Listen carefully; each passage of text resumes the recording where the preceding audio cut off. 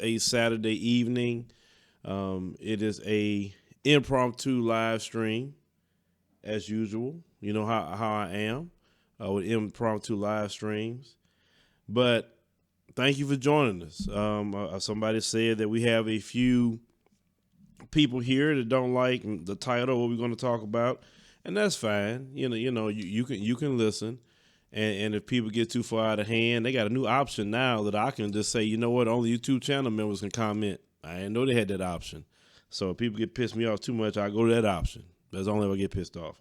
Anyway, but if I should be paying attention to what I'm doing, I should get too pissed off, right? Tonight we're going to talk about, you see the topic, they sold us and the new poverty hustle. They sold us and the new poverty hustle, because a lot of the poverty hustle has came out of the church, has came to the online spaces, and we need to talk about that right now. Now, the shirt that I have on, before we get into that, this is a new shirt that we have on. Let you see the whole thing here. It says Global Unity. Now, what inspired this shirt? It shows the unique aspect of black people worldwide. We're not just one thing. We are very diverse. And part of my mission in the next decade is to promote the global black family, to call us to unify. We can do a lot better together than apart. Apart does not work for us, as we can see, because we're not going nowhere fast. But unification and what's being together is what works. So if you like to purchase this shirt was designed. It's not nothing we just got off of somewhere else. There's a pinned comment. If you look there, you can click it. You can purchase the same shirt that I'm wearing now. We have a Zulu sister right here. We have one of the sisters from Brazil. We got brothers from Jamaica. We got all over the place here. We got brothers Dreads, Bald Head. We got all kind of people on here. So support the show, much as you can. Buying shirts also support the show. So with that being said, also our posting schedule. Let's talk about that. When we post videos, our goal for the most part is to post 7 times a day. Well, 7 different stories a day between 3 different channels. Okay. So what we're trying to do, and usually I follow that schedule unless sometimes I get tired. We try to post 3 news stories here on this channel that you're watching now, African Diaspora News Channel. Then we will post 2 more news stories on African Diaspora News Insider. That's our other channel. Okay. Then our 3rd channel that we're posting at least twice a day, the Phillipscott Show. Now, that particular show in itself is about covering what happens with Hollywood, music industry, TV, radio, any of that kind of genre. We cover that there because there's more to life than just covering what we do here. That industry has an effect on everything as well. And part of our growth, we're going to start covering a whole lot of other things. It's not just one thing that we can cover and stay in this one little lane. That's not what I could do. There are some people that they only a one-track mind and that's all they can do. Me, I can walk, chew gum, run, do everything else at the same time. I am multifaceted, and that's just kind of where we at with it here. So just letting you guys know, if you're not subscribed to those channels, you can also, once again, go to that pinned comment, scroll down. I made it so easy for you. You can subscribe to every channel that we have. If you would like to donate to the show, I preferably like Cash App if you can. Cash App is better for donations because YouTube takes 30%. I see some people give a lot of money to Super Chat, but YouTube takes 30% of that. So that content creator do not get the whole donation versus if you donate to Cash App or something like that. So just letting you guys know up front. All right. So let's get it. So for a while, I've been just quiet about a whole lot of things. People have been coming to my comment section, having this little narrative. And, we've been talking about, definitely expanding our options on the continent, visiting, etc. And there's a group of people, that are black people, actually.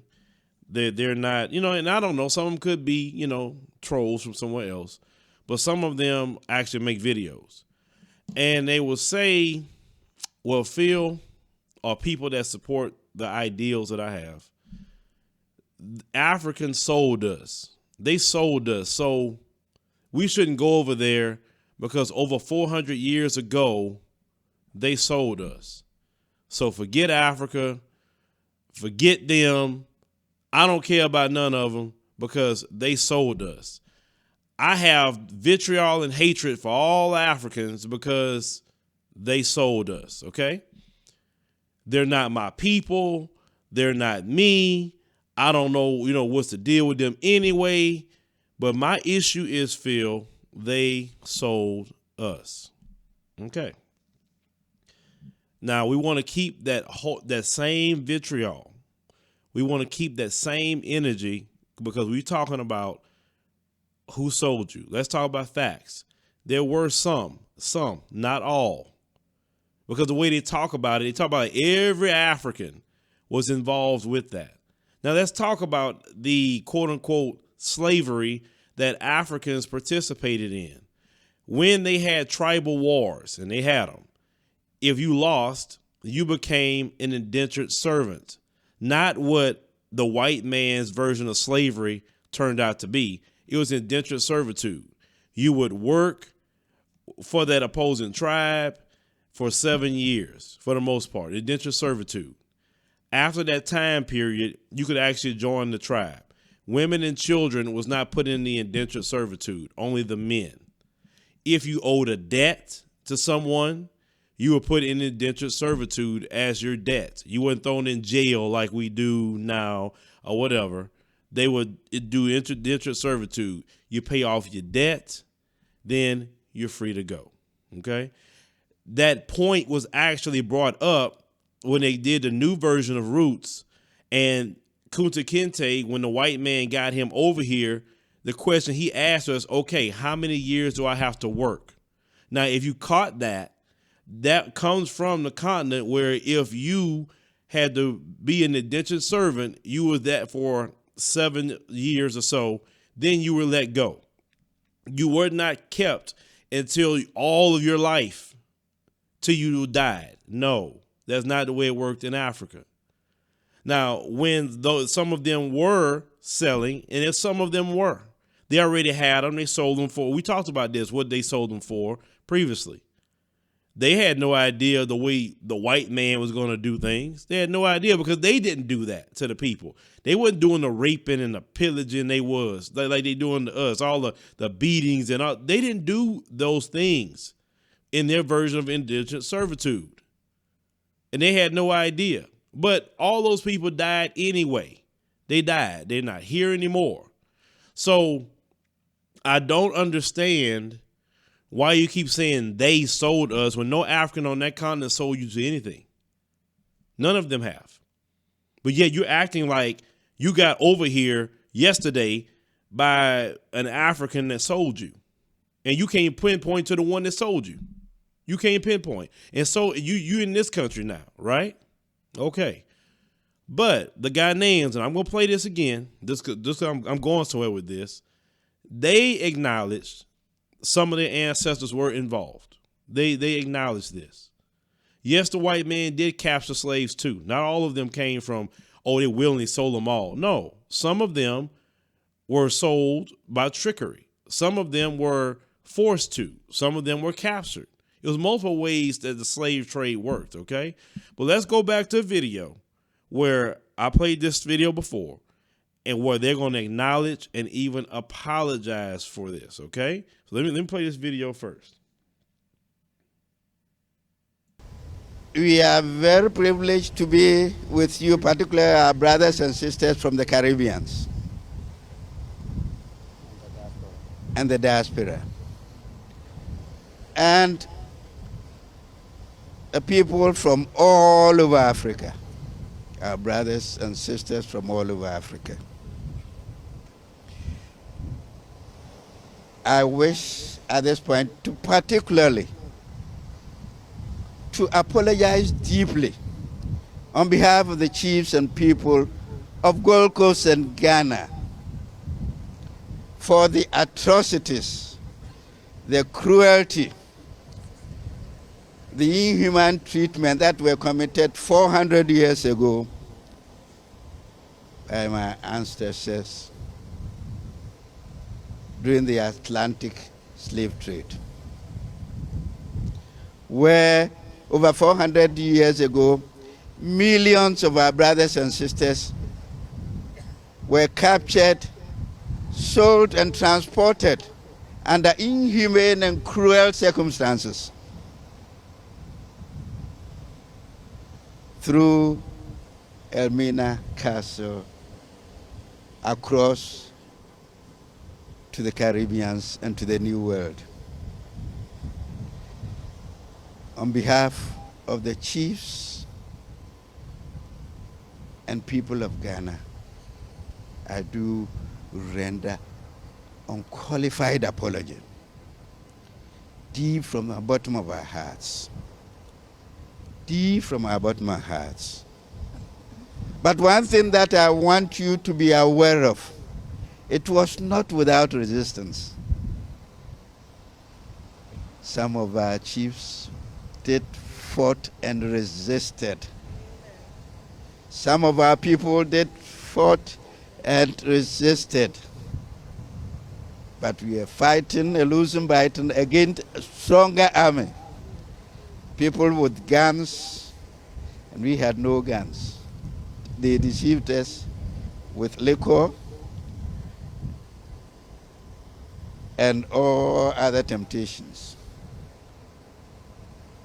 Whatever the circumstances that led us to us, we stand here to render apology. And all right, I'm gonna stop it right there because I gotta address. Hold on, I'm gonna make some points down as I'm reading these comments here. Just give me a second. So I'm going somewhere with this because, you know, one thing slavery has done to us, and a lot of people don't realize, is that you kind of cripple yourself in some other instances. Hold on. Let me see. The countries. Yeah. I'm writing some things down that you guys are saying in here. All right. Let's get it.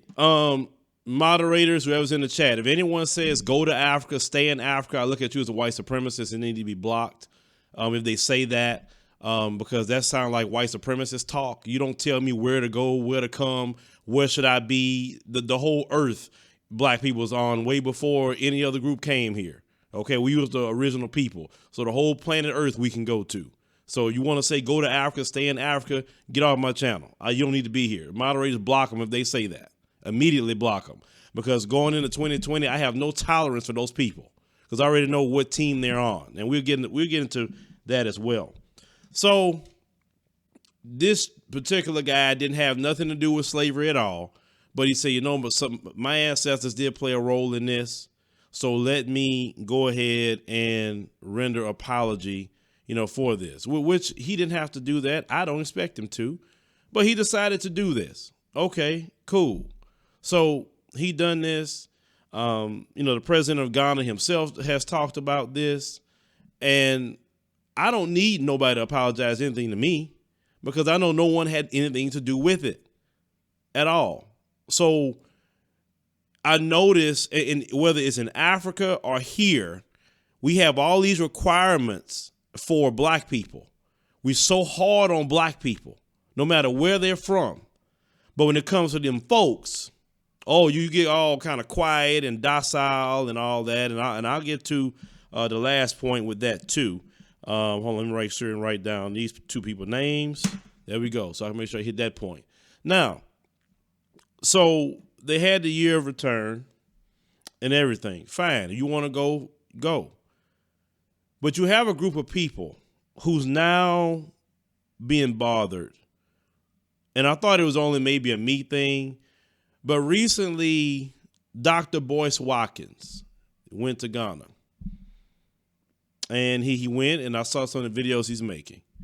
And I'm like, okay, well, Dr. Boyce, I guess he's enjoying himself. I guess he's finally seeing it. He's finally seeing the things that I saw, because I didn't have that mindset until I went.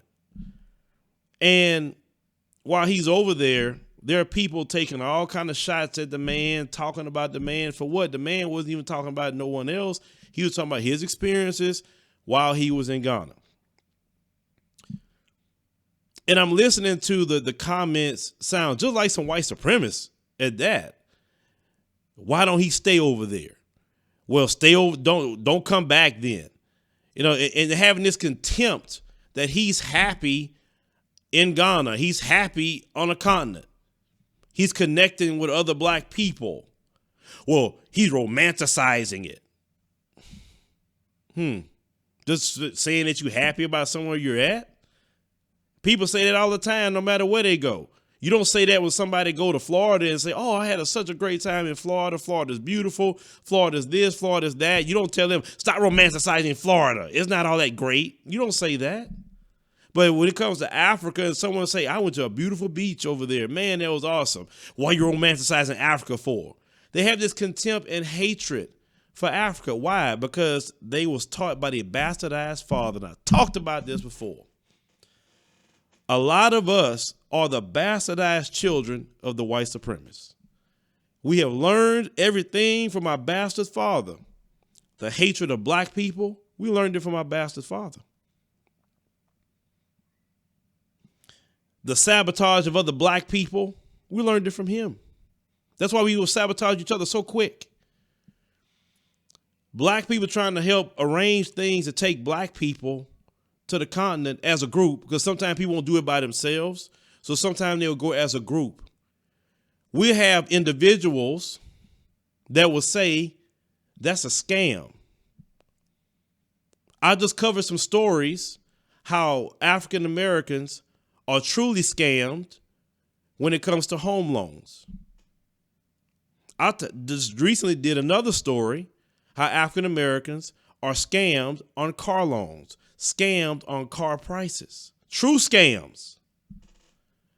But taking black people to Africa, that is the biggest scam that we need to talk about. Not talk about all the cars that's being sold in this country, homes that's being sold in this country, how black people lost a lot of money during the housing crisis and nobody went to jail. We don't talk about none of that, but we want to make sure to be against any black person that go to the African continent and be happy, or if they're trying to arrange to get African Americans there, they must be scamming. Any person that says the word scam to me, my ears pop up real quick, because I'm like, wait a minute, what are you trying to do? Why are you trying to stop this person? If that person is truly scamming, they're going to be exposed to who they are real quick. It doesn't take long. This is a scam. I want to make sure to talk about this.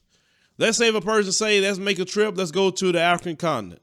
A scam would be you pay all this money, you go to JFK, show up at the ticket counter with a printout saying you got a ticket, and then you go to the ticket counter and say, hey, I'm so-and-so, and man, I'm just happy I got a flight, at midnight going to Africa. I'm happy. Give them your paper. They say, well, something strange. I don't see your name in here. I say, what you talking about? No, I mean, I don't see nothing. They say, well, you look at it again. You got an email. Then they still don't find no information. They don't even have a flight at midnight at all. Then you trying to call the people that set it up for you. Don't answer. They don't answer no email. Don't answer anything. And the airline looking at you like, I think something happened. I don't know. And you realize, wow, I got scammed. That is a scam. Being dishonest to take someone's money. We have individuals that will make videos to say, well, a tour don't supposed to cost this much money. And you could tell right then and there that individual haven't been anywhere, don't know anything about that business. First and foremost, you can find flights with all kind of cost. But you know what? I can find a flight going to the continent for maybe $600-700, but you're going to be in the air 32 hours. You want to have a flight and layovers and take 32 hours to get to the continent. When you pay for the flights, that's a little bit more expensive. You don't have the layovers and you can have direct flights. But when people try to be smart and they don't know what they're talking about, they start saying things like that. I don't know about you, but I did a layover one time and I didn't like it. I'd rather either have a direct flight or maybe a 1 to 2 hour layover. Who wants to be sitting around flying and traveling and sitting in the airport hours upon hours just to save a couple of $100. Charge me the extra $300-400 so I can get there a lot sooner and I can have my time wherever I'm going because my time may be limited. Okay. So then people think they smart and they want to talk about certain hotels, but they don't factor in you have tour guides that's going to be with you the whole time. That's a cost. Fuel and all that to transport people, that's a cost. If it's all inclusive and providing meals itself, that's a cost. But when people don't know nothing about a certain industry, they get online, they start talking. And they start talking to disparage something they don't know. And then they try to disparage. A lot of times you say you support Black Americans, but yet Black Americans are the ones that's creating Black-owned businesses to facilitate those trips. So you want to try to put out misinformation to harm Black American businesses? I thought we was all on this Black American. We love Black American. This is my tribe. What happened to that? Now all of a sudden you're attacking Black Americans for being in business that wouldn't. Oh, okay. I understand what it is. See, some of these people are looking for, wait for it, white validation. And if it's not sanctioned by their daddy, it's wrong. Something wrong with it. Now, I remember at one point in time, I used to see the comments for the white supremacist trolls used to say, go back to Africa. Y'all blacks need to go back to Africa. Now we're going back to Africa and being happy going back to Africa. All of a sudden, we don't hear the white supremacists say nothing anymore too much. They question it. Some of them say different things, you know, when I made the videos. But who have more problem with it? Black folks here. Well, certain Black folks, not all. Not all.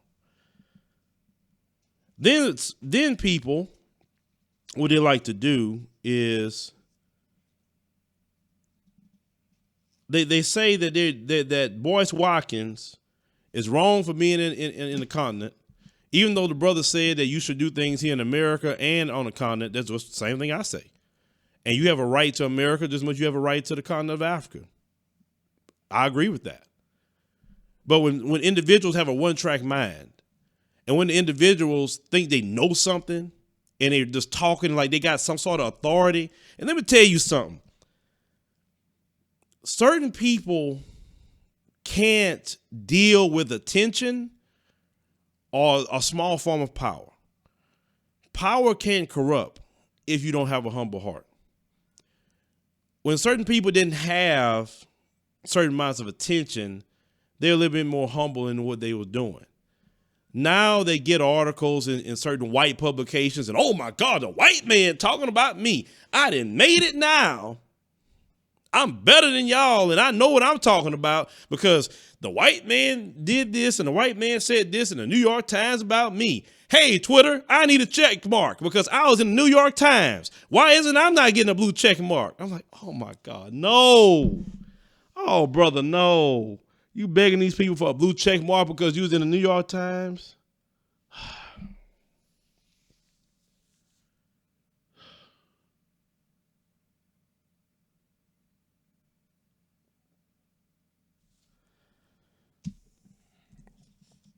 Instead of creating your own platforms and let somebody be happy that you featured them instead of you being excited about them featuring you.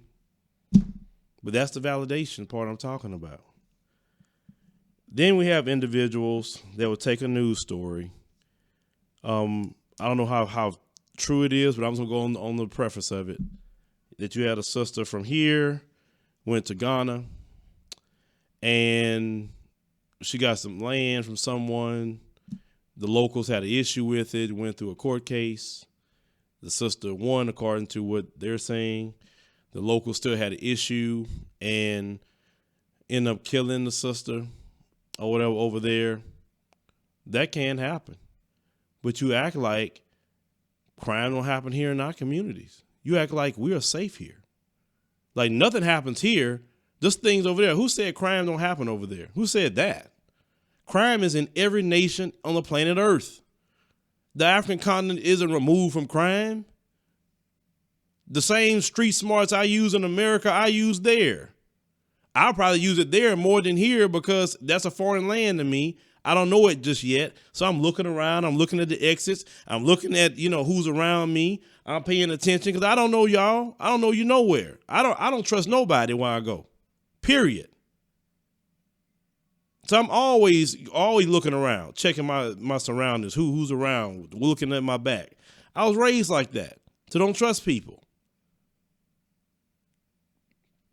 And I'm not about to set myself up in a situation in a foreign land where things aren't a certain way. Then you got folks that want to say, well, they should give us citizenship. See, that's the problem.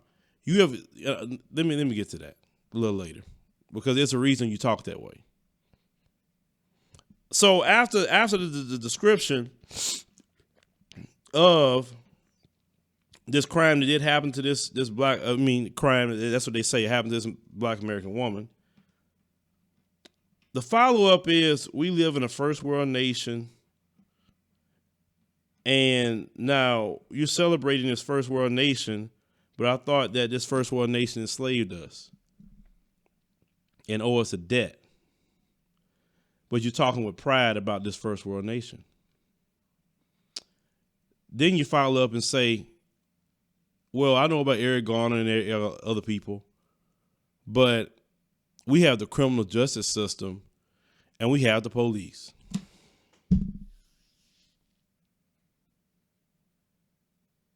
I couldn't believe that. Black American people have the criminal justice system and the police. I'm going to repeat that again. Black American people have the criminal justice system and police.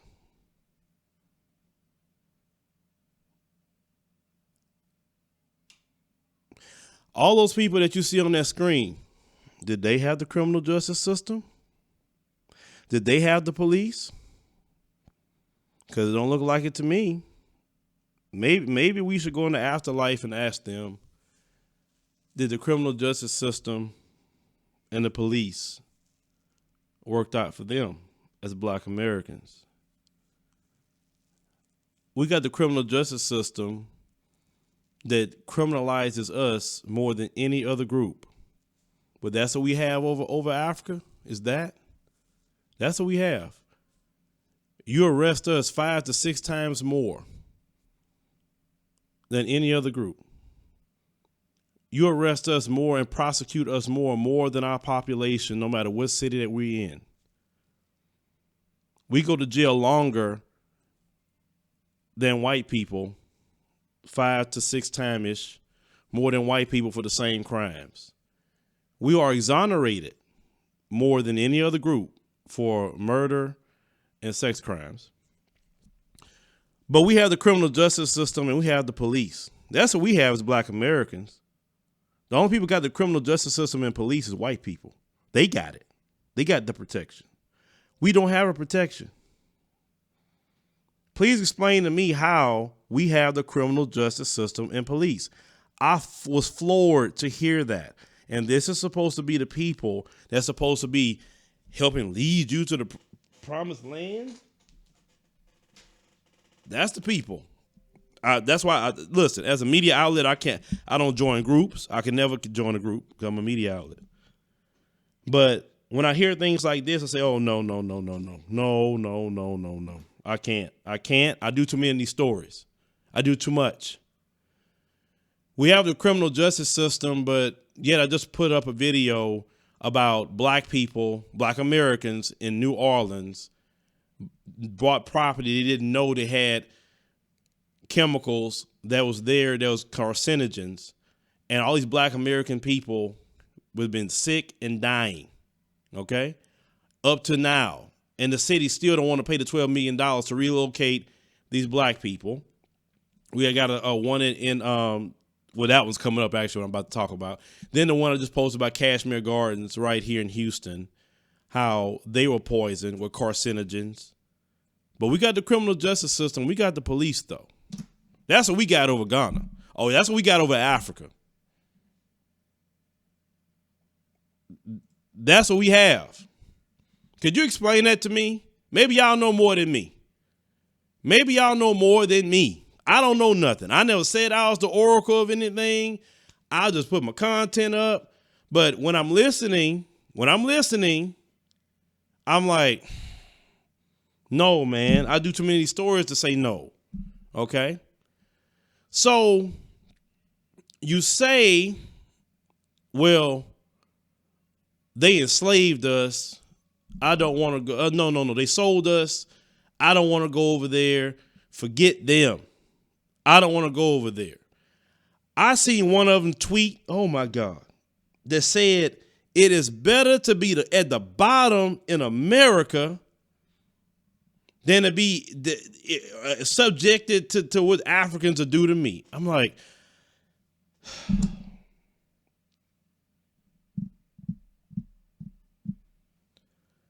and what's making me mad is you are leading black people down a horrible, horrible, defeatist, negative path. That's what bothers me. It bothers me. But you say that the Africans sold you. I cannot go over there with them because they sold you. Okay. But yet you're over here in the land where you were enslaved. Once you were sold, that was the end of it. So you're going to just cancel out everything that the slave master has done? You're going to cancel out the hundreds of years of slavery? You're going to cancel out all the Jim Crow? I guess we're going to overlook that, or I guess what you did, a proverbial Brant John, and you went on ahead and hugged them and say, I forgive you. Because you got all this vitriol for people that died off. But not only that all this went on with the slave master is still enslaving you today. At least hundreds of years ago, you say they died off and they sold us. You don't have no Africans today selling you, but the slave master today is still enslaving you. Now you say, what you talking about? There ain't nobody enslaving me. Okay. Nobody enslaving you? Fine. Let's look at the 13th Amendment of the U.S. Constitution. If you say the slave master is not enslaving you, let's talk about that. Okay. Section 1. Neither slavery nor involuntary servitude. Oh, that's nice. That's real good. We all accept that. Comma. Oh, this is the problem.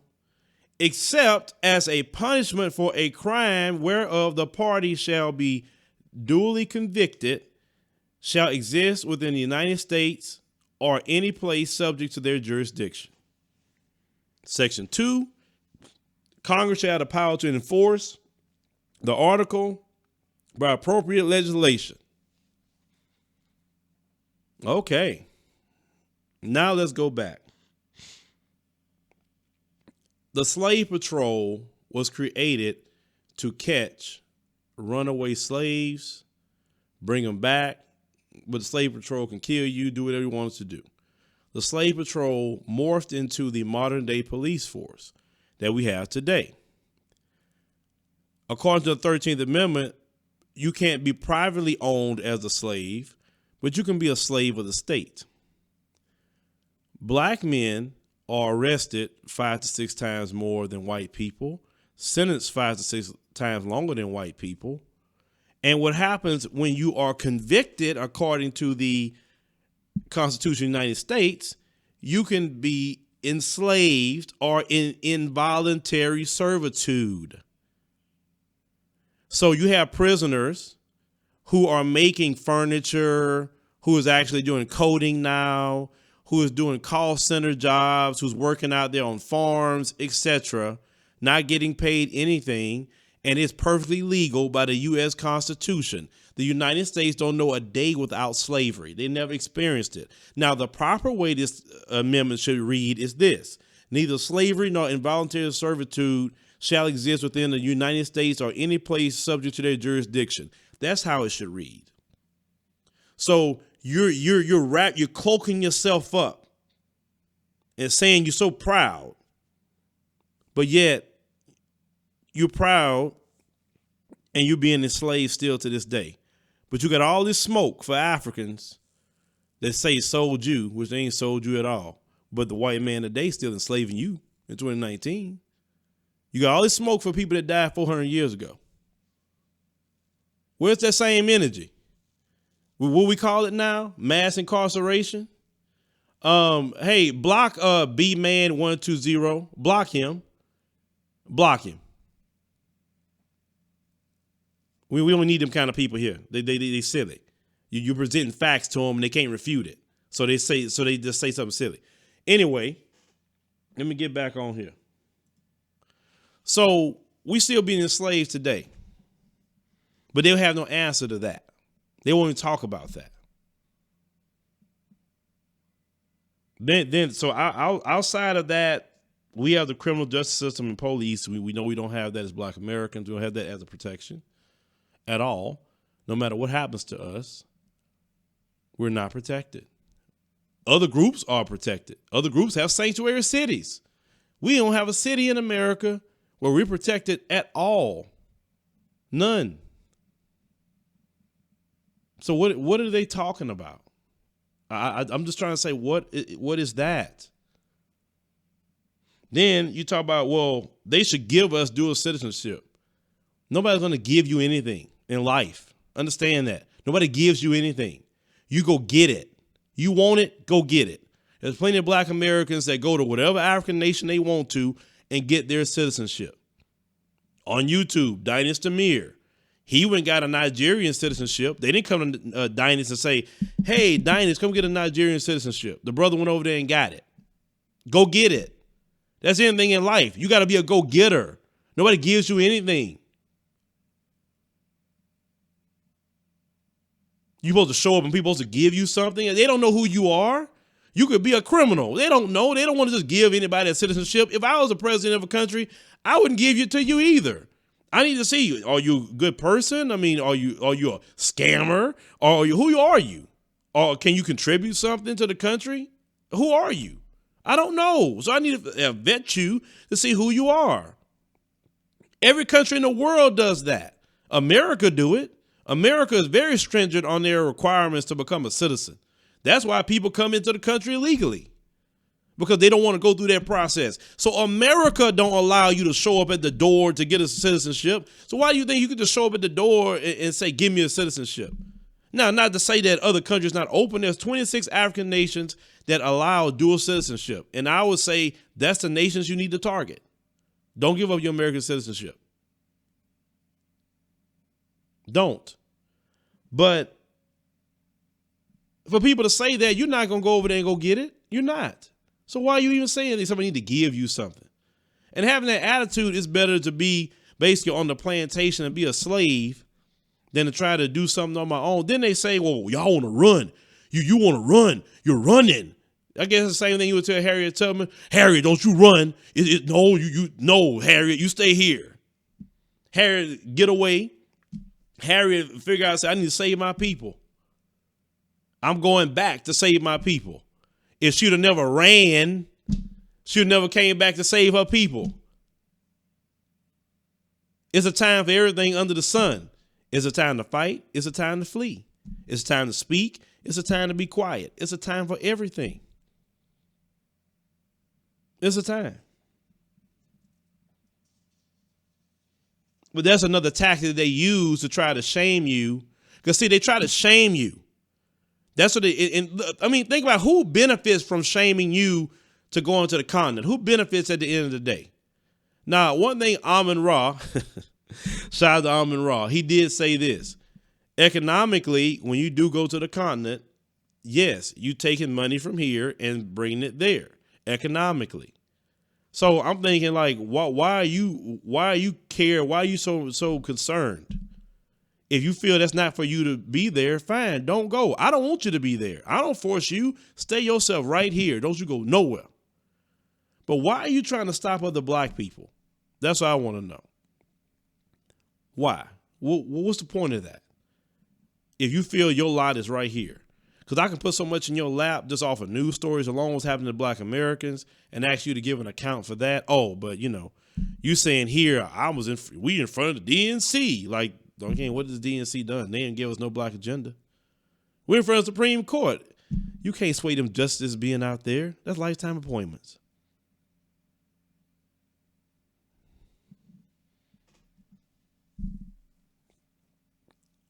You focusing all your attention on these DNC, but let's talk about something.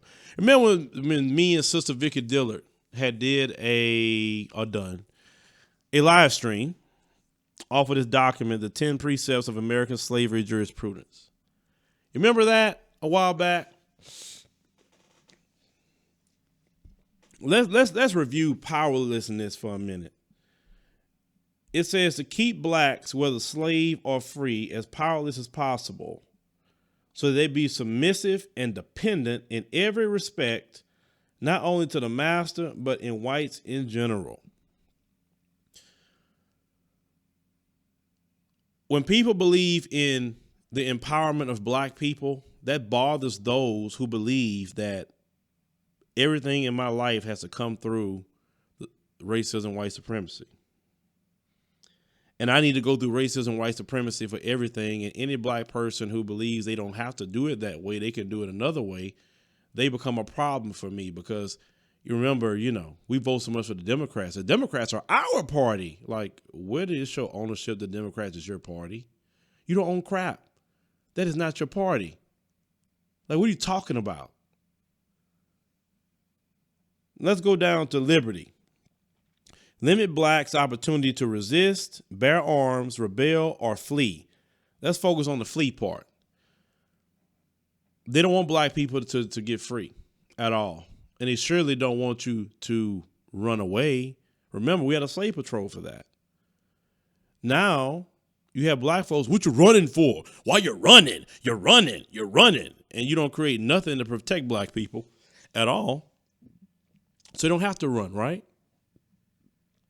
You're not protecting our black children who go to school and can be suspended for having braided hair. You're not protecting our black children in school when white folks hold them up and take a picture of them and type on social media a ghetto Christmas carol. That's a video I actually done, posted today on our African Diaspora News Insider channel. You're not protecting those children whatsoever. But you say, y'all running. Well, maybe people are running because you're not doing anything about it. Maybe about that. Maybe that's why they're running. You ever thought about that? Maybe they just need a break from stress. We cover stress and how racism, white supremacy, they even admit it, is a health crisis for African Americans. What are you doing about that? Nothing. You're not doing a thing. So why are you telling black people to not run? Don't go to Africa. Don't do this. Won't do that. You're not doing anything to help black people. Now, one thing I do respect, and I'll call him out by name, and I heard him say this.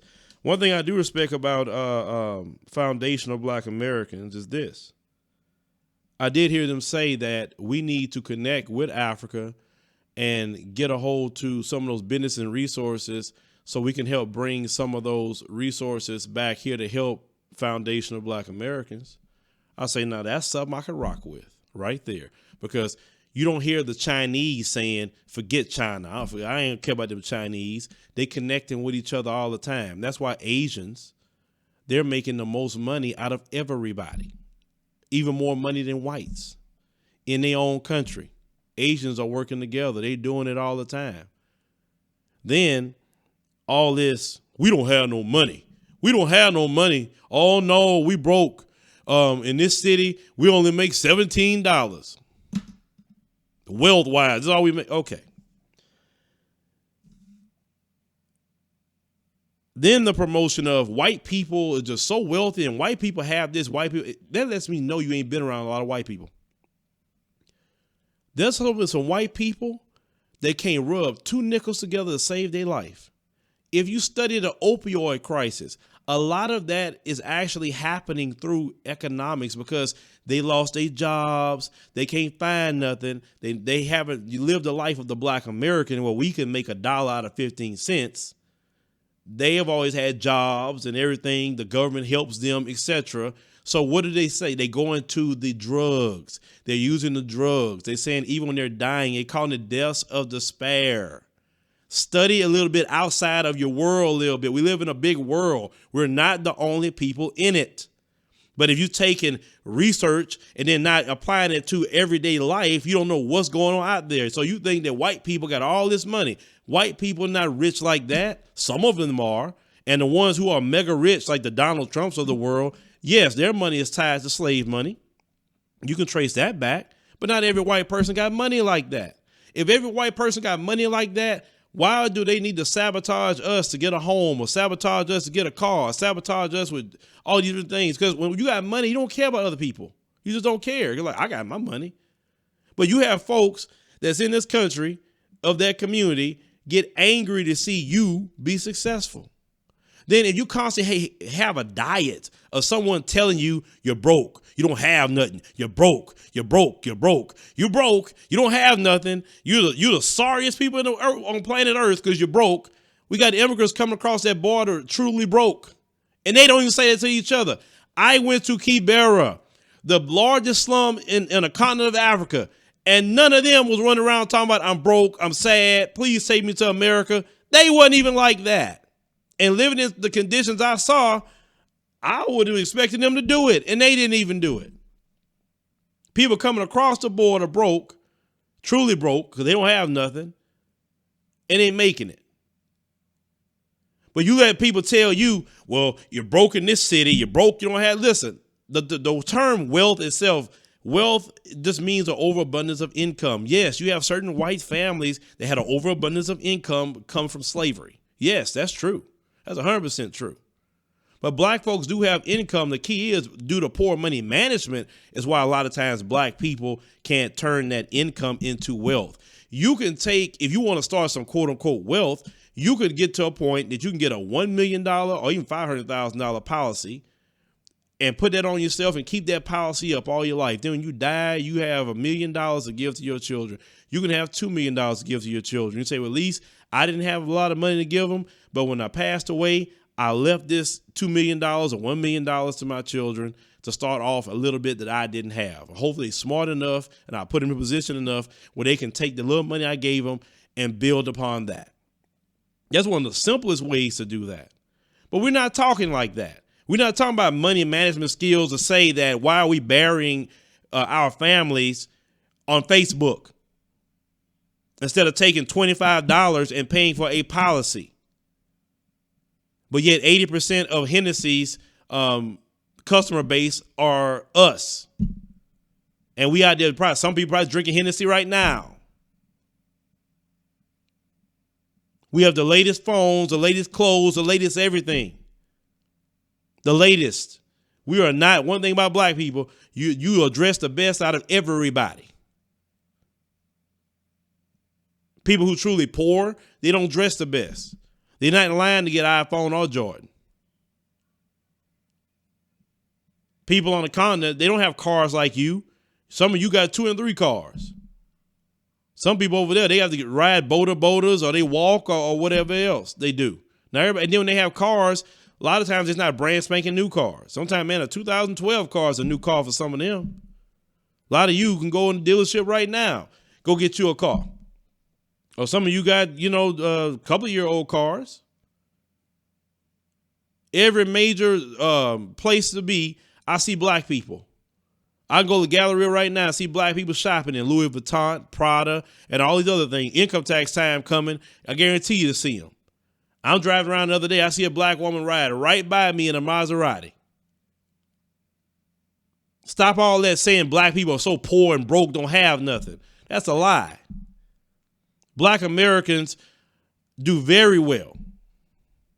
It's not what we need to be, but see, what folks are doing is try to compare the wealthy people that's within the white group whose money is tied to slave money and comparing to us. We will never catch up to that. They had hundreds upon hundreds of years of free money given to them. How are we going to catch up with that? And it's not about how much you make, it's how well you manage. Because these same people, they got all this money, they lose it all, they kill themselves, they don't have happy lives. I'm like, I don't want my life compared to them. I don't need the money they got to have a happy life. Man, look, let me pay off my house and be able to take vacation once a year and make sure I can left money to my kids and my grandkids.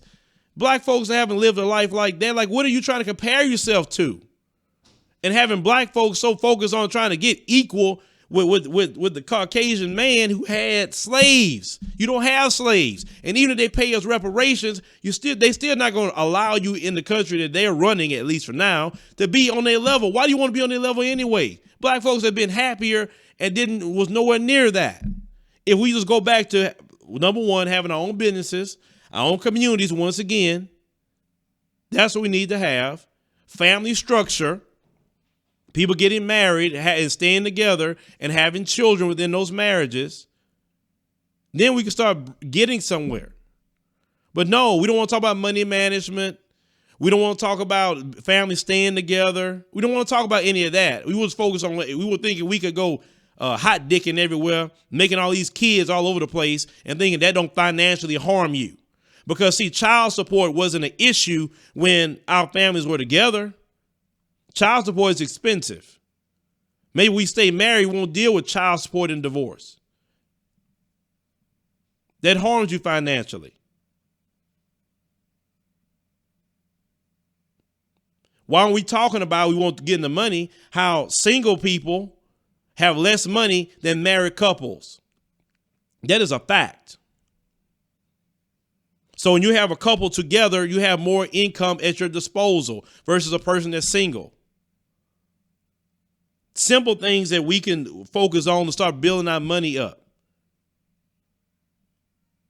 You can't sit up there and try to compare yourself to what the white folks didn't have for hundreds upon hundreds of years. You're not about to get to his level, not like that. I don't want to be at his level because the things that he had to do to get there, I don't want to do it. I don't want to enslave people. I don't want to murder people. I don't want to rape people. I don't want to bomb people's towns that they built.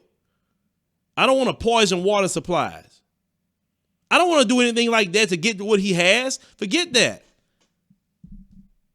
Why are you comparing yourself on the what they built and the things they done to get it? I don't want to go slaughter Native Americans to take their land from them. Why are you comparing yourself to the atrocities of white supremacy? Why? And look at all the things that they done to get it. They didn't get it by honest work. They didn't do nothing to say that they pulled themselves up by their bootstraps. And this is the people that you want to compare yourself to. The Asians don't come in here and do that, now do they? I watch what the Asians do. I've been to the Asian community. I've spent time there to watch it. They sit up there and they practice group economics, where Dr. Claude Anderson been preaching forever in his books. He preached politics, talking about creating political action committees. You got folks running around talking about you got groups, but you don't get the money together to create a super PAC? Well, these politicians have to come to you because of money? They want money. They don't care about nothing else but some money. Then let's talk about the Asians.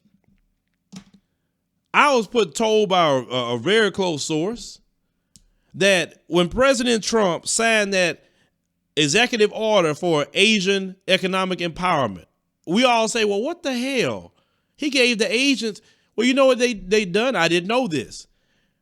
They had invited Trump to maybe about 4 or 5 different dinners, okay?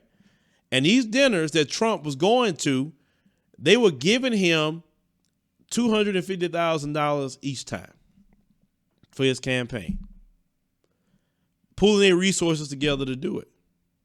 They gave Trump all of that, and in the midst of him being there, said, hey, we need this for the Asian community. And what Trump ended up doing something for them. We have enough money in the black community to do a whole lot of things. If you sit up here and listen to these individuals that say we only worth $8, then you're not going to do nothing. These other groups coming in from south of the border, and you even have Africans now that's coming in south of the border. They coming here hungry. They coming here trying to get the bag. They don't care about nobody. Listen, we live in a capitalistic society. Nobody going to feel sorry for us like that forever. And as more and more people get removed from the generations. As we get more and further down the line, the story not going to work for everybody anymore. Think about it. The boomers, it may work on them, but the next generation, it won't work as much. People coming to this country hungry. They want to get the bag, and they don't care about you like that. They'll step on you. They'll step on your back. They don't care. We got to sit up here and say, look, nobody going to give me nothing. I'm getting it like my ancestors got it. Our ancestors came out of slavery and built towns. They didn't say, man, we was enslaved all these years. Man, they took everything from us. They said, man, look, I'm free now. Man, forget that. Let's build some towns. Let's put some businesses together. Let's put Black Wall Street. Let's do Rosewood. Let's do all, we doing this thing. You get what I'm saying? If our ancestors thought like a lot of y'all right now, man, they wouldn't have had nothing. We come from good people, a good stock of people. That's why I look back to. That's where we come from. We don't come from people just always talking about they got it and we broke and we can't have nothing and black people can't afford nothing. No, you can't afford nothing. Let's say that. Say you. Stop putting it on black people like we can't do nothing. And then we don't have anything. Encourage that brother or sister to do something to change it. Hey, brother, sister, you know, what you good at? Oh, this, or maybe you can go to trade school to brush up some things. We need this particular trade in the black community. Oh, you want to do medical? Oh, you want to be a nurse, doctor, whatever? Okay, well, let's try to help you out. Oh, this sister good at doing braids? Well, shoot, man. Let's try to put this sister in cosmetology school so she can get a shop open or whatever. You know, let's build up these industries in our community. Let's get it. Let's do for ourselves, man. We don't need them people. Look, we get what we get. We fight for it. Cool. But in the meantime, we got to build ourselves up. We can't be sitting up here holding our breath, waiting on them to pay us reparations. Because I take my reparations check all day because it's old. But I'm not going to sit up here and hold my breath and not do nothing for the community or for myself or for my family waiting on them. And I'm not going to tell other black people I know we need to wait around. Man, we broke. We don't have nothing. The white people got everything. And then the white people look at you like, what are you talking about? I live in an impoverished town. They closed the coal factories. They closed all the factories on me. I have nothing. I'm angry. The immigrants is taking my jobs. Why do you think Trump got elected? A lot of it is because of that. They blame immigrants because the immigrants taking their jobs. They don't have no jobs. They don't have money like that. And even some of these big cities like Seattle, all these white folks is homeless in a big city like that. But according to y'all and the way y'all promote it, well, whites make about $177,000 median. Well, go ask that white person on the street how much median income they have. Go ask them. Or go some of these southern towns. Go to Kentucky and some of those rural areas where they vote 90% Republican, but all of them on food stamps. If they got so much money, why are they on food stamps at all? Why do they lead in food stamps if they got money like that? But according to what individuals will say, well, they got median. Most white folks are like, I ain't got no money like that. What you talking about? The only thing that white folks have over you is white privilege. And white privilege, all of them benefit from. And white privilege give them opportunities to get things over you that me and you can't get. But even with white privilege, they still not making it.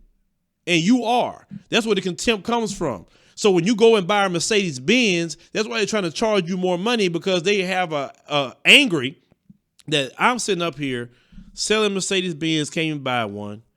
But this black person coming here, buying a Mercedes-Benz, I'm looking at their bank account right now. They have this great job. They're making, good money. And I'm sitting up here just selling cars. I can't stand that. Let me see if I can screw this black person on this deal.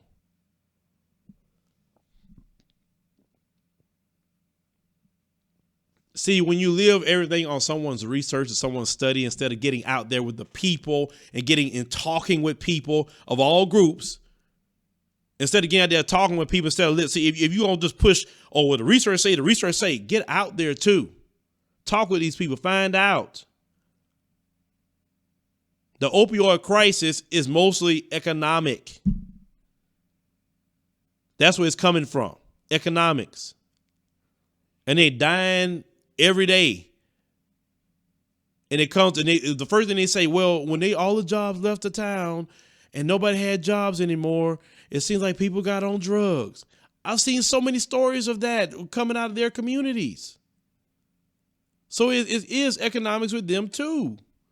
So stop sitting up here promoting like all of them, they so rich and they live in high off the hog and black people have nothing.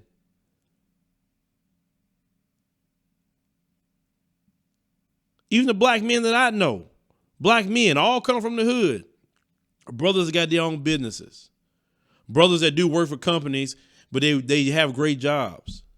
Black men, black women I know who either have great jobs or they deal with their own businesses. Black people are doing black people are doing a lot. Black people are doing very well considering what we go through. Black people are doing very well. So I can't sit up here and constantly keep hearing you talk down on black people. Like we just so horrible, we can't afford anything. Oh, well, $50 ticket is too expensive. Huh? Really? $50? So I can't save my money to pay a $50 ticket? Really? Well, black people are so broke, we can't have 2 conferences in a year. Really? So you mean to tell me I can't afford $75? One conference $15, the other one's $50. I can't afford $75 within a year. I can't do it if I want to hear both conferences. Really? We're that destitute. Man, y'all can't be talking down on black people like that. No, we ain't like that. Maybe the people you hang around is like that. And the people you hang around like that I don't know. But the people that I know, the black people, all the black people that I even went to school with, most of them are doing good. I see them on Facebook. They working great jobs, have their own business. We talking about black people. I come from government cheese, government peanut butter. All of us have. And those black people coming from my community that I know right there on Facebook, I see all the time, are doing very well. And they're not running around here talking about, well, we only worth $17 liquid. No, they just seen another classmate of mine bought a home. And they're not what you consider rich, but buying a home for their children. So their children can be in a good environment. But if you're constantly putting in someone's mind negativity, it's just like what the scriptures teach. Whatever you think, so shall you be. So if you keep thinking you're broke, you're going to be broke. Yeah, I'm broke. You're not going to keep telling me that. I don't care if that's true. I want to hear, do this, man. This is how you going to get out of this. Because, man, broke is temporary.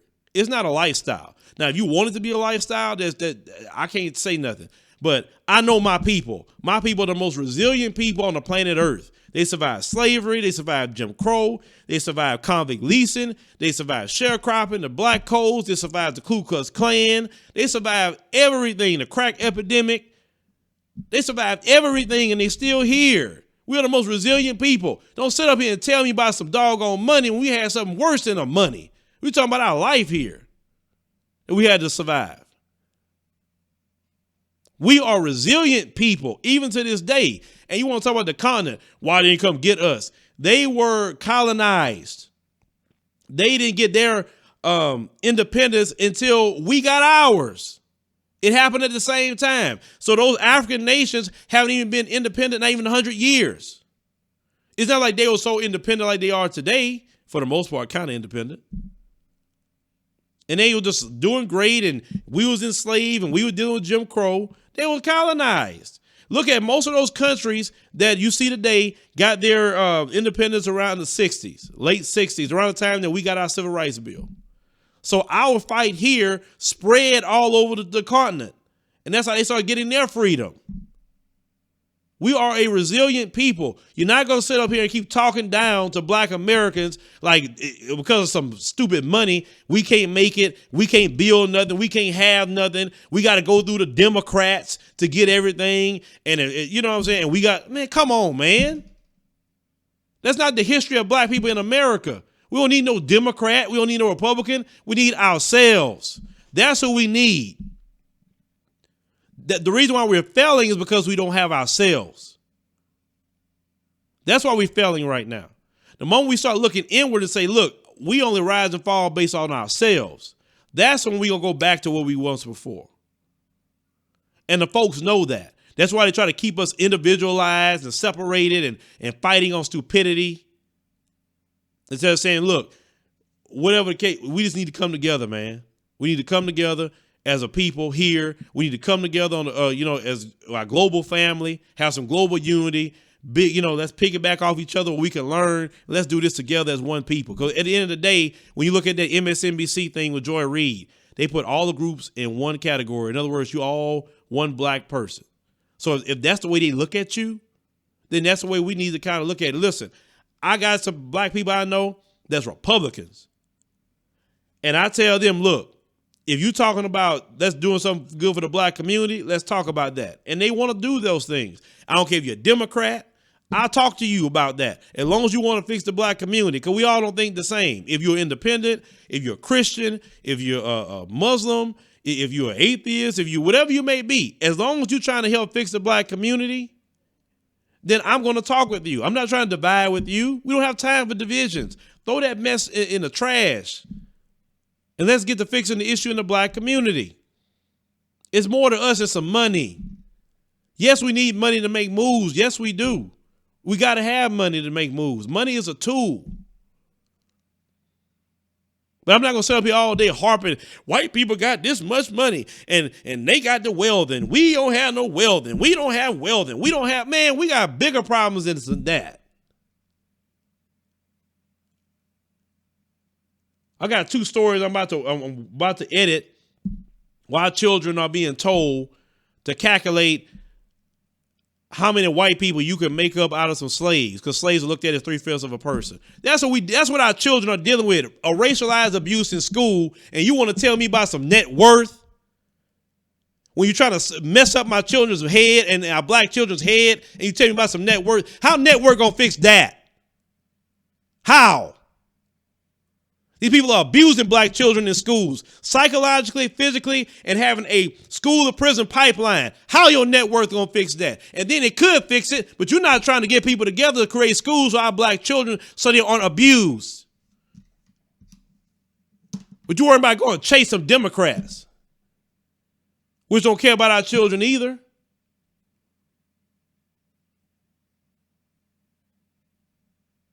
I'm a parent. Reparations ain't going to fix anything, and I'm going to tell you why reparations not going to fix it. Because your mentality not right with it. See, if our actions was right, reparations would come in and just really fix it. And we were doing it right now, getting our stuff together to create schools for our children. We can do it right now. We don't need reparations for that. Once reparations come in, then that'll be the icing on the cake. We got great black schools to get right here. Some of those schools just need extra money to grow so you can put more of our children in those schools. You seriously think reparations are going to be the end all be all for black people? Fundamental change in America got to come. Also, you still got the race soldiers running around. They're going to be more pissed off that you got money. So what's going to be put in place for them? Is that going to stop the banks from cheating you? Oh, but don't go to Africa. Don't do that. Because they sold you, right?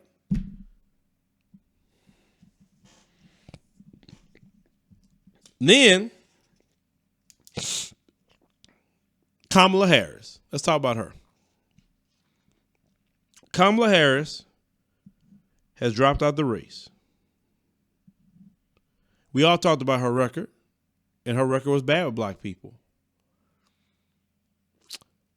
But Joe Biden, his record with black people is worse than Kamala Harris. He wrote the crime bill. He was proud of that crime bill. That crime bill helped usher in more slavery in this country. I talked about it before, but I noticed these individuals aren't going hard at Joe Biden, even though you have this big support of him with, I guess, from the boomers most so. If you're going to go hard at Kamala, why aren't you going hard at Joe? Matter of fact, you should go harder at Joe than Kamala any day of the week.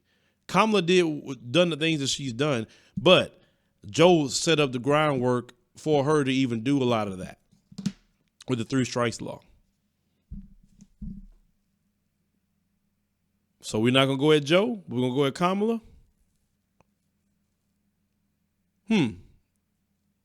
Makes me wonder.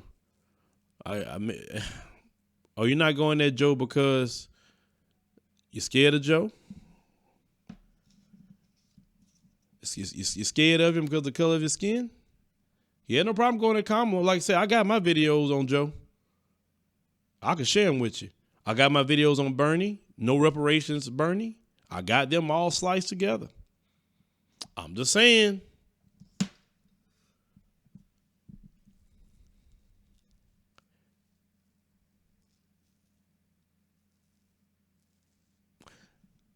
What I'm saying is 2020, I'm pushing global unity. From this day forward, I would tell you, if you come over here sounding like a white supremacist, I'm going to block you. If you come over here saying, forget Africa, forget this, forget that, you're on a channel that says African Diaspora News Channel. Like, hello. Like, you think I wouldn't talk about Africa? We're not doing that here. We're about unification. Yes, people from other places can shuck and jive and bootlick. Yes, they can. But also we got them right here in America, too. Like Jesse Lee Peterson, to name one, right? Larry Elder and all the other ones. And see, I'm that brother that I'll even have a conversation with them to understand where they coming from, why they feel the way they feel, and see if I can even say, well, okay, if you feel this way, well, what is it you can contribute to try to help black people? Because obviously you say there's something wrong with us. Well, what are you trying to do to fix it? See, I talk to black people. I don't care where you come from and what you think. But all this, I ain't talking to them. They not us. No, that's not what we're pushing. That is not what we're pushing. Not here.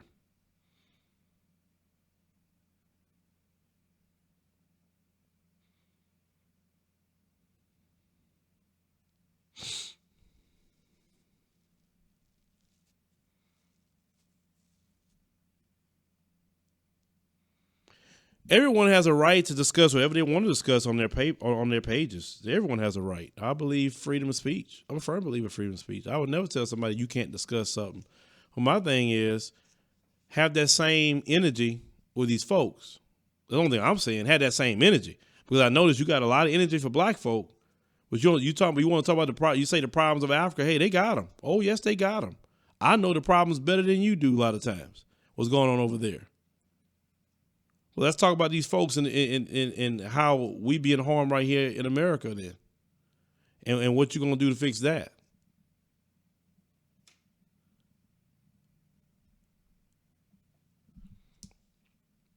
And I didn't mention names, so whatever names you mentioned in that comment section, that's not the names I mentioned. I ain't said nobody's name. I'm just talking about ideas. I'm talking about things that's been said. So I'm addressing those things, not nobody's name.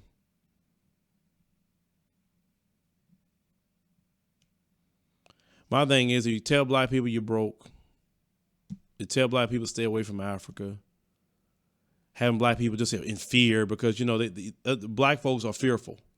You got black folks that are afraid to fly. You got black folks that are afraid to leave their city. You got black folks that just don't have a lot of knowledge, not because they don't want the knowledge, they just don't have it. So we have to, you know, teach our brothers and sisters different things. You had this Trump supporter recently was saying that if Donald Trump's impeached, like removed from office, that's what I mean. They you know, his gun is going to do the talking and they're going to be angry. And listen, that's the only way they know how to act is violence. I tell all y'all, I'm not fighting nobody's civil war. I ain't doing it. Don't even mention it to me. Y'all do that, okay. I'm getting my family and carrying myself right over to the continent. Sure I am. And y'all can do what y'all want.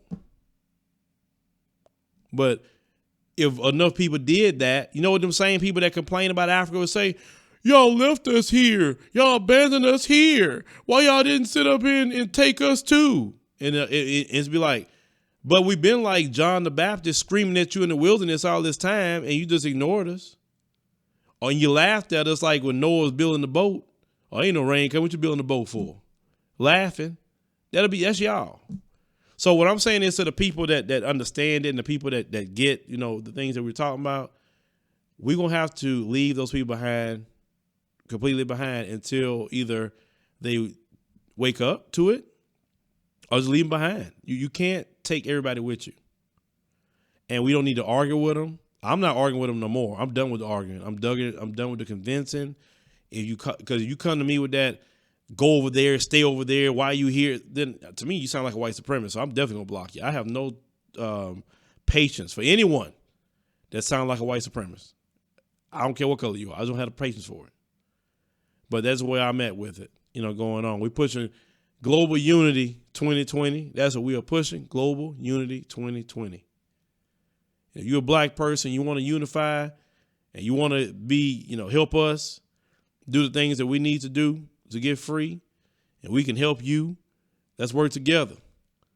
You know, it's not about I'm better than you, you better than me. We all want to work together. I got people that's Caribbean that's on this channel. I got people that's African, people that's, you know, right here. I got people that's Afro-Latino on this channel. And I have people that's not Afro-Latino, but they are Latinos that support us heavy. Even have some white people that support us heavy. Believe it or not, we do. You know, Malcolm X, he talked about that one time too, about allies. And he said that a white liberal was asking what could he do to help. And Malcolm X said, well, what you can do is you can give us all the advice you want. You can donate. You can do everything you can. But you need to stay over here. You can't lead it. But you can help. That's the way you can help. So Malcolm X even said that. They can't be in the forefront. They can't be the speakers. They can't do any of that. But they got some advice. If they say, hey, I use my white privilege to get this thing for y'all so y'all can do the work and make sure to connect the black family, then I'm not against it. Let me tell you something about how Fox News and all them work. See, I have to pay attention to media too. As long as you speak their message, you can come on there. So if you're on Fox and unless they want to just challenge you, but a lot of times they will get black people to be on Fox News.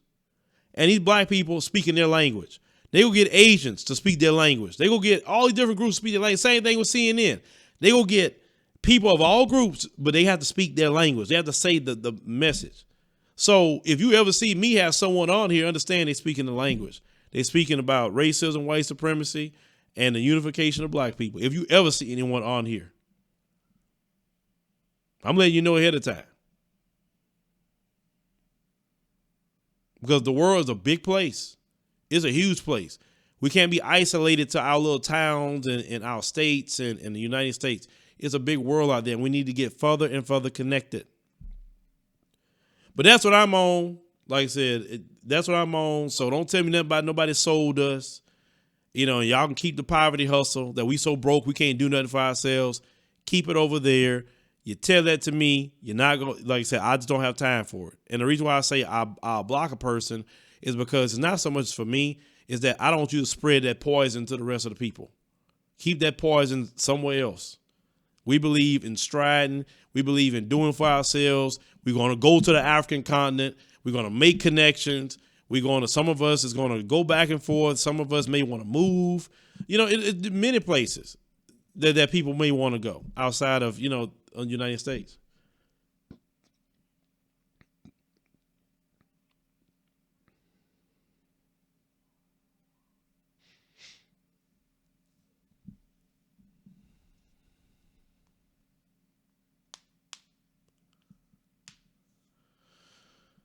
Let me see. What about the? Okay, that's another thing. I'm glad you brought that up. That up right there. Some people will say, "Well, we're native to America." Please stop saying that. Please. We built America, but we built America and another man is running it, another man's controlling it, and we're underneath dogs now. I'm not even impressed to say that we built America anymore. We built America and they control it. We control nothing. It is dogs. If you abuse a dog, it's a federal felony. But if they abuse you, it's not a federal felony. Dogs have more rights in America than you and me. But we have the criminal justice system and we have the police to protect us, right?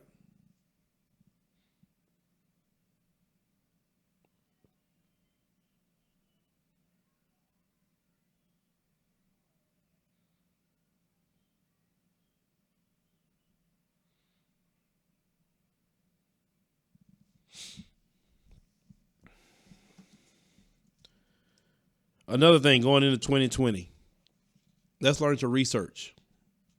Let's learn to hear some information.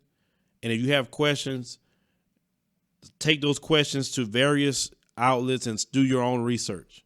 We can't depend on the people we listen to give us everything. We can't give you everything. Do research on your own. You want to know about dual citizenship? Find out the country you want to look into or what countries that allow that. Start doing the research into that, okay?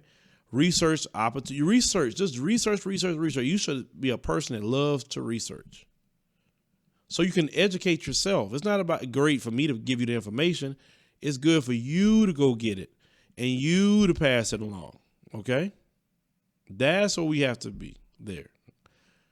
You need to learn certain things. You got to do that. That way, when we all know, then we don't have these problems.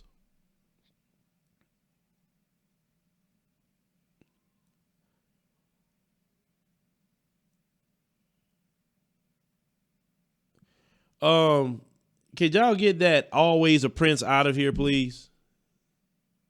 So we don't need that those people here anyway, because they're not they're not contributing anything to the conversation but problems.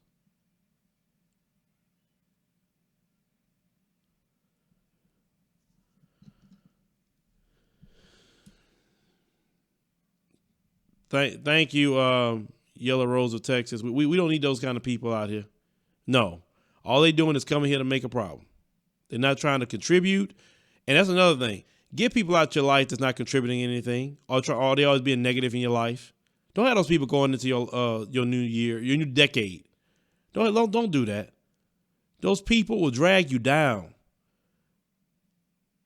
They're not contributing to make your life better. They're not trying to assist you in anything, but always trying to second guess you. Hey man, I got my passport today. Man, I want to plan my first trip to Africa. Why you want to go over there? Man, you know how many shots you got to take? Man, they're going to poison you with them shots. I don't know about going over there. When you take about 50 shots or so to live here in America, what you talking about? 1 or 2 that may, and I say may, not all countries require it, may need. Most of West Africa is the one that you need more shots for.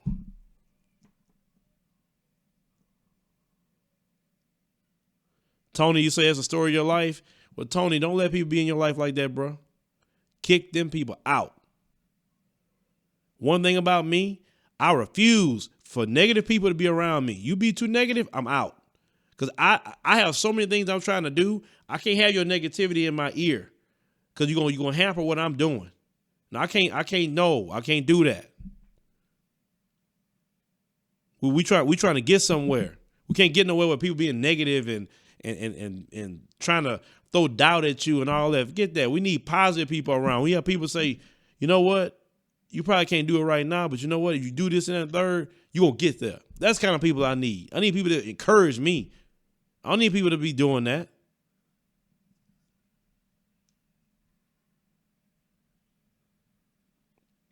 That same thing. Sometimes you got to keep to yourself. You're right. Sometimes you got to keep to yourself. You can't be around people. I'm a firm believer an eagle flies alone.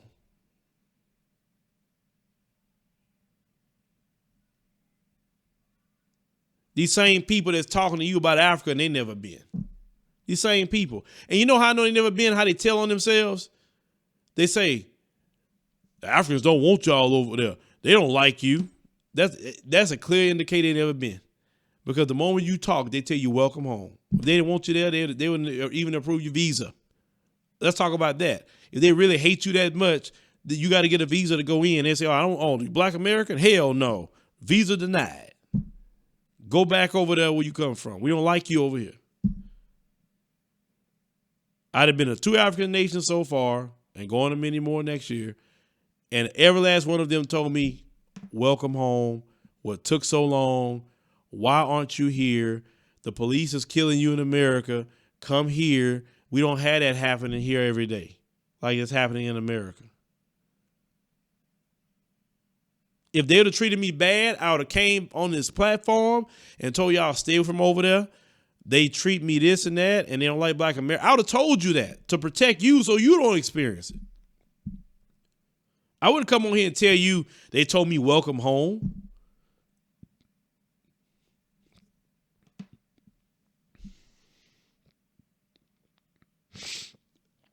Okay, if you're reading something out the Wall Street Journal and it's trying to tell you about Ghana, let's think about that here. Now the white supremacists in the media, now they're trying to discourage you from going. You understand? Remember what we covered earlier. Let's go back to it. Limit blacks' opportunity to resist, bear arms, rebel, or flee. So that is their way to stop you from going, because they know y'all. They know that you don't feel secure unless they're protecting you, right? The grass is not greener on any side of the earth.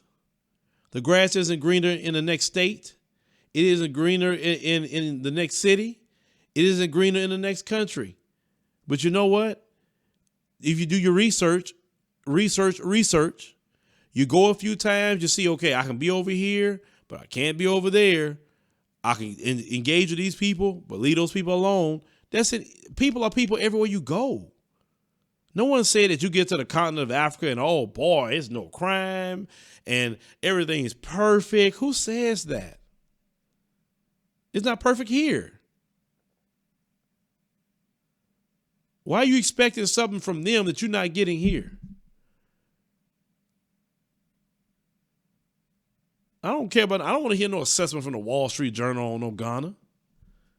I go to Ghana myself and make my own assessment. How about that? I went to Kenya, I made my own assessment. I went to Ethiopia, made my own assessment. And the African nations I go to next year, I'm making my own assessment. I'm my own media outlet. I'm not looking to them, because all I know they're going to do is lie. Remember I covered the story that the New York Times wanted a reporter out of Kenya to report nothing but bad out of Kenya? And I covered that. So why would I listen to them? We got to get out of that. Let's look into them for validation. When you say black media, then you are the media. So go over there and get the story as the funds allow you to get the story. I don't care about what they think about Ghana. Let's talk about Kentucky and all these opioids. Talk about that. How the grass is not greener over there. Are we talking down on no Ghana?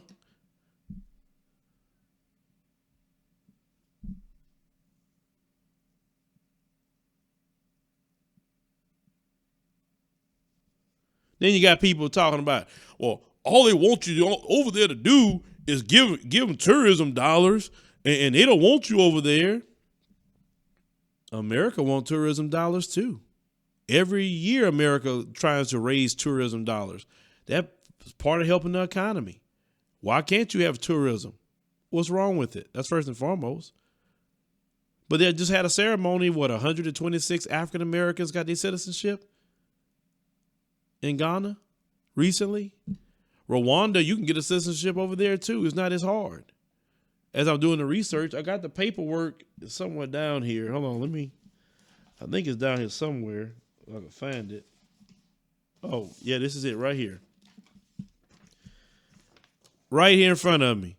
26 African nations that allow citizenship, dual citizenship. Algeria, Angola, Benin, Burundi, Ivory Coast, Comoros, that's East Africa, actually an island, Cape Verde, Tunisia, Djibouti, Egypt, Ghana, Kenya, Malawi, Sudan, Somalia, Senegal, South Africa, Morocco, Mauritius, Lesotho, Libya, Uganda. Well, I wouldn't go to Libya. Please don't go to Libya. Don't go. Not good right now for black folk. Uganda, Zambia, Sierra Leone, and Madagascar. 26 nations that I would say go travel to. See if you like it. and they allow dual citizenship. If you want it, go get it. Nobody's going to give you anything. Yes, Rwanda do allow dual citizenship. Yes, they do.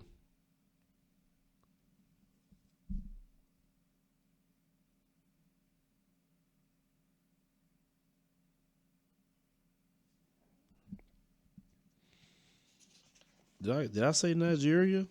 Maybe I forgot Nigeria. Are they on the list? I think Nigeria. Well, yeah, Nigeria allows it too. I don't know about I talked about Nigeria. Did I run through Nigeria? Hold on, I got another paper on here.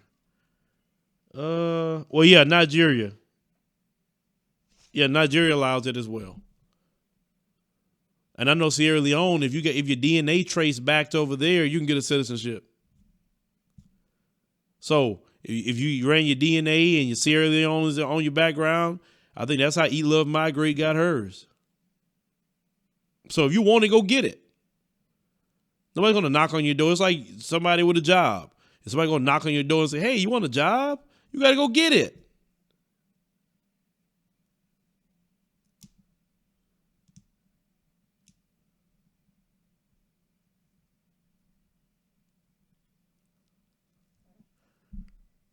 Okay, well, as long as we can talk about taxes real quick, just in a small way. As long as you're an American citizen, you're going to be responsible for taxes. Even if you're living over there, you're still going to be responsible for your taxes here. That's part of it. Unfortunately, America has that law like that where you still are responsible for taxes to the IRS. So it's not like you can leave the country and not pay any IRS taxes. Now, if you have a residence and a business over there, you can write off up to $90,000 from what I found out on your IRS taxes. So if you don't make over $90,000, then shoot, you ain't got to pay nothing. But you're still responsible for your IRS taxes with dual citizenship. And I will still pay my taxes, and I'm not giving up my U.S. citizenship. It ain't happening. But if you kind of person want to give it up, you can do that too. Who's giving up American citizenship? Naomi Osaka, the tennis player. She's giving up her American citizenship for the Japanese citizenship. So it's up to you. I wouldn't do it, but it's up to you.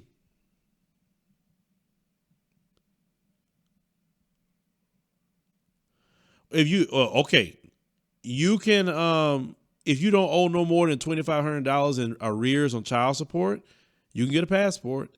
But if you owe child support, no. So I would suggest to pay your child support. Pay it up. Make sure it keeps a zero balance so it won't affect your travels. African nations have taxes too, but they're probably not going to be as much as ours. But with that being said, I'm going pretty long. Those of you who came late, you can review it. I'm just passionate about this topic. And I got more news stories I got to edit, so I'll probably be sitting up a little while tonight editing and trying to get up some, I got to work on getting the thumbnails done. We have so many different things going on. But, for those of you, who thinking about it, we have those, trips to Senegal and also South Africa. They're in the pinned comment. Make sure you go check that out. It'll be your first time going, and it'll be an experience of a lifetime for you. But we are here. We are here. We go do great in the next decade. We're going to rise as a global family, and others going to greatly decrease rapidly in the next decade. And okay, let's see.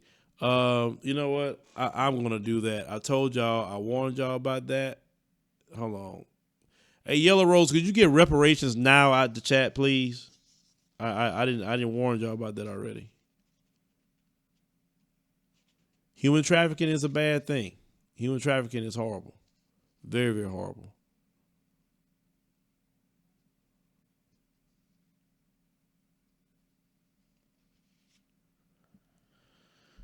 Some countries allow, I know a brother who have a felony and he has a passport and he travels the world too. Certain countries don't allow people with felonies. Like Canada, you can't go in there with a felony. but he's been to, Mexico. He's been to the Caribbean. I know he's supposed to be going doing some African nations as well. So if they give you your passport with a felony, there's certain countries you can't go into, but it doesn't mean you can't travel.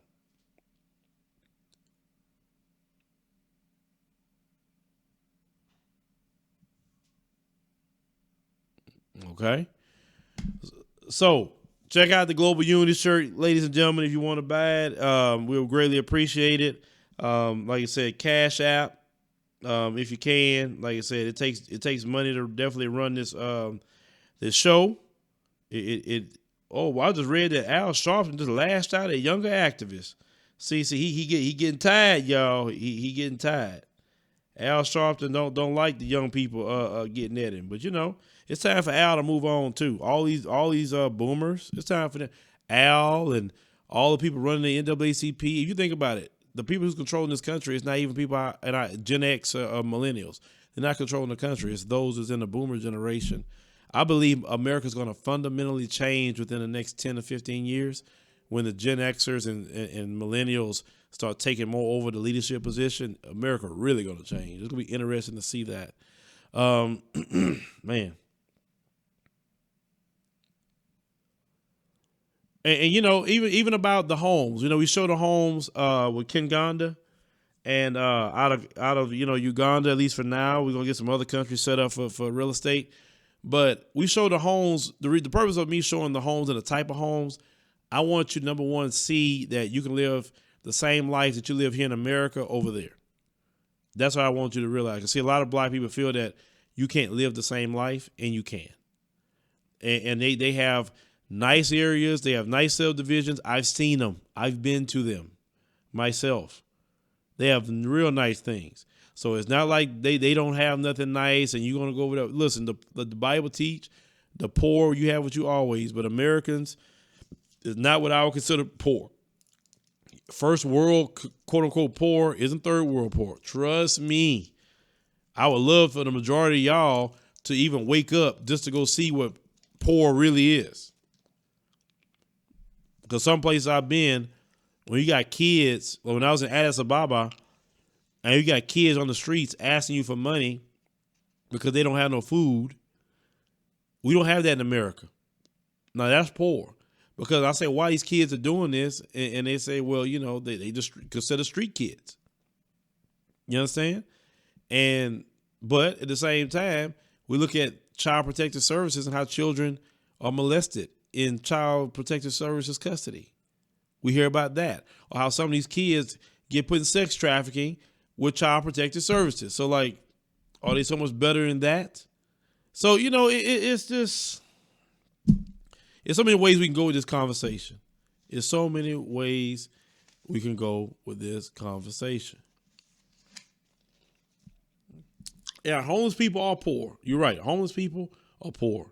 I agree. But we have so much money in this country, nobody should be on the street.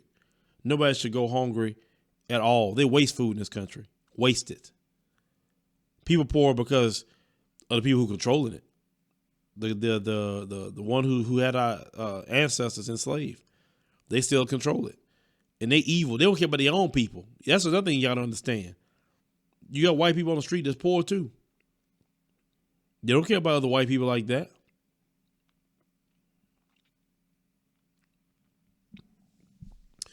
Well, ladies and gentlemen, like I said, I'm definitely going too long because, I don't like going too long on these streams because, I think about y'all watching on the playback. I know how I am on some of these streams. Well, some things are our business because they live around us and we need to pay attention. Don't ever think that I'm going to you isolate yourself just to what we got going on. Don't pay attention to the world around you. No, you pay attention to everybody and what they got going on because what they doing can affect you. That's why you want to pay attention to what they got going on. I see y'all sometimes say, well, why are you posting that? They ain't got nothing to do with us. You live in the same country, so yeah, that's something to do with you. Why not talk about it? It's called news and information. We need that information.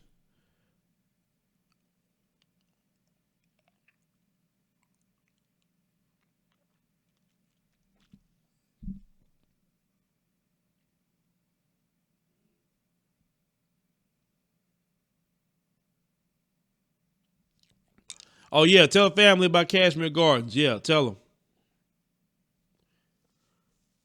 I'm trying to do that. About Dr. Ari Khan, I'm trying.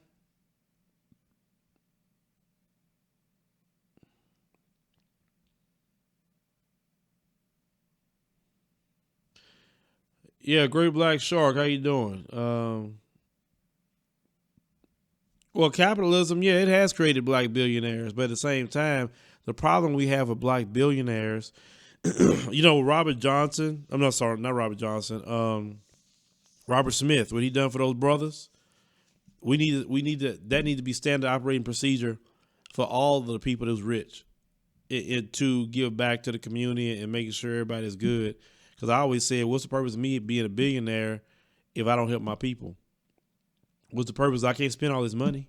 There's only so many cars you can buy, only so many clothes you can buy, only so many homes, so many vacations. I mean, come on. I mean, you can set yourself up real good, save money, and still do great for the people, because you got to give out so much money a year anyway because you're going to be tax heavy. Sloth Baby, I have my own show. What do you mean I deserve my own show? I have my own show. I don't need television to say, oh, I have a show now. No, I have my own show.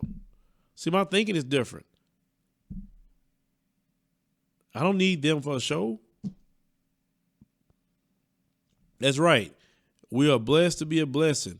And that's how I feel. You don't get a certain place until you need to help others. Because the way I learned about blessings is you'll get a blessing, and the blessing is supposed to come to you and through you.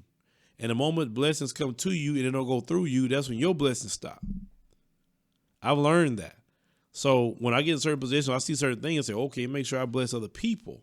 And even though I've tried to help other people in the past and I've been burned, yes, I have been burned, and I've been disappointed in people and things that's happened in the past. But I still want to, continue to be a blessing to others.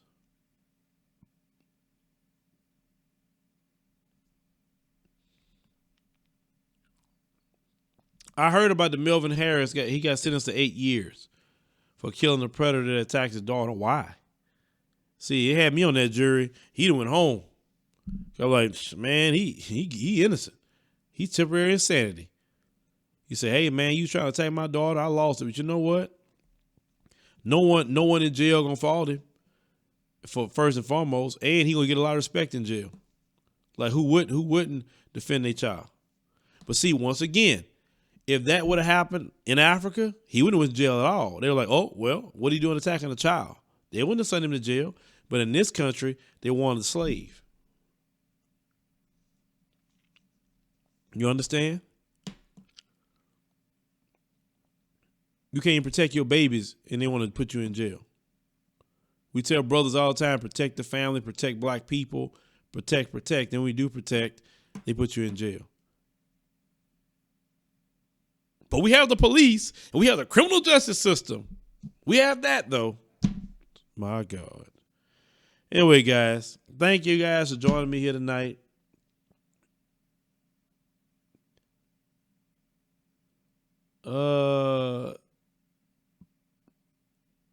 Shorty Low, you need to go too. I told y'all about that. I told y'all none of that over here. Thank you. I told you that that's not going to be tolerated from here on out. Take that somewhere else. But thank you guys for